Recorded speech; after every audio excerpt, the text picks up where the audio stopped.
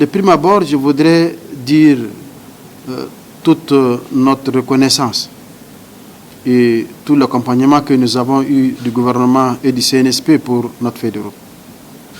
Vous vous rappelez, vous avez vécu avec nous le livre du président de la République sur la vision, le Premier ministre avait véritablement déroulé.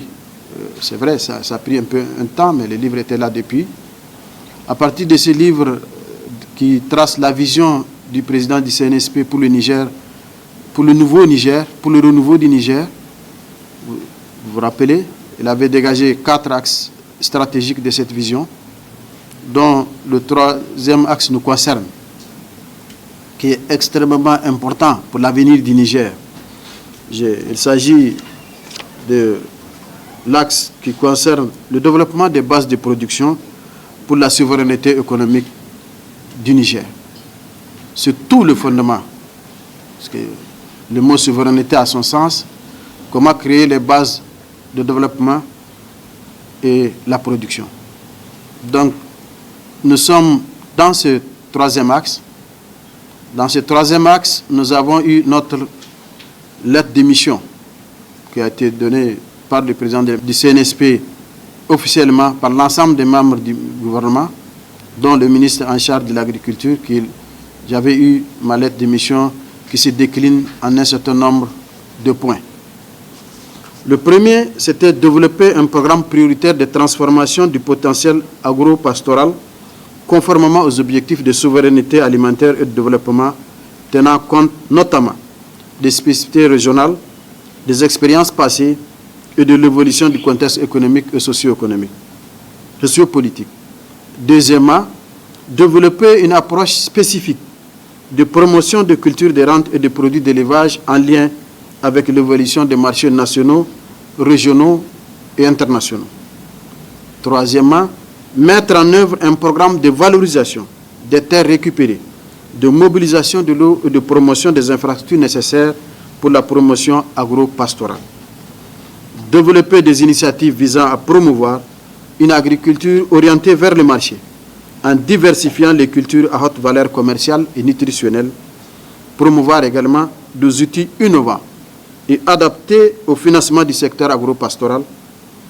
Initier des actions de sensibilisation et d'information de communautés locales sur les enjeux de la souveraineté alimentaire et l'importance de soutenir les filières locales. Et enfin, mettre en place un cadre approprié de mesures de résultats et d'appréciation de la performance des actions du ministère. Voilà, en somme, les actions qui étaient déclinées dans la lettre de mission. On ne va pas dire que nous sommes au bout de la tunnel, mais après un an de mise en œuvre, on peut se demander qu'est-ce qu'on a pu faire, qu'est-ce qu'on a pu décliner. C'est cela, cet exercice ce matin, que j'ai voulu partager avec les amis de la presse, avec l'ensemble des directeurs généraux et l'ensemble des structures rattachées du ministère. Notamment, je vois le directeur général de l'INRA, qui est le centre de la recherche. Vous savez, tout ce qu'on dit, on ne peut faire qu'avec des semences et des engrais et des intrants globalement, mais améliorés et des valeurs de haute valeur. Donc, l'INRA est au centre de cette réforme. Vous avez vu, la lettre d'émission s'aligne parfaitement avec l'axe 3. Il s'agit du développement des bases de production pour la souveraineté économique. Et le Niger étant, vous le savez très bien, un pays dont le taux, presque 80% de nos populations vivent ou pratiquent les activités agricoles. Agricole, grand A, il faut s'entendre désormais par agricole, l'élevage et l'agriculture. Donc, c'est l'ensemble de nos concitoyens que ça concerne.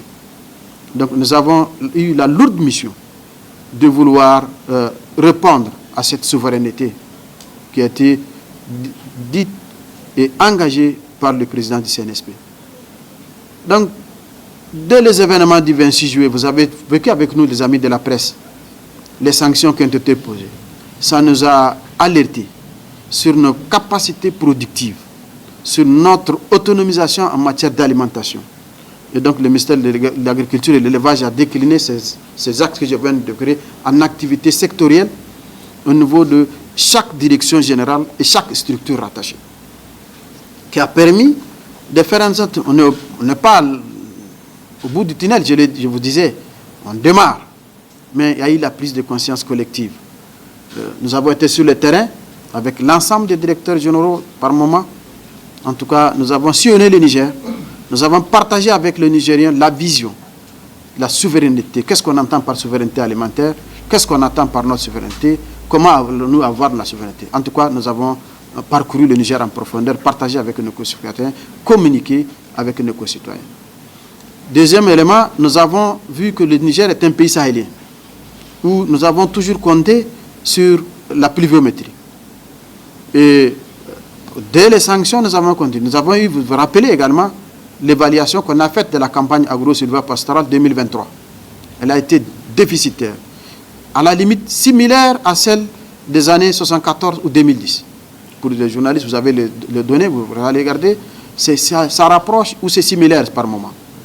Donc nous étions interpellés de refonder notre agriculture, repenser. Alors qu'est-ce qu'il nous faut? Puisqu'on ne peut plus compter sur la pluviométrie, il faut aller vers l'irrigation.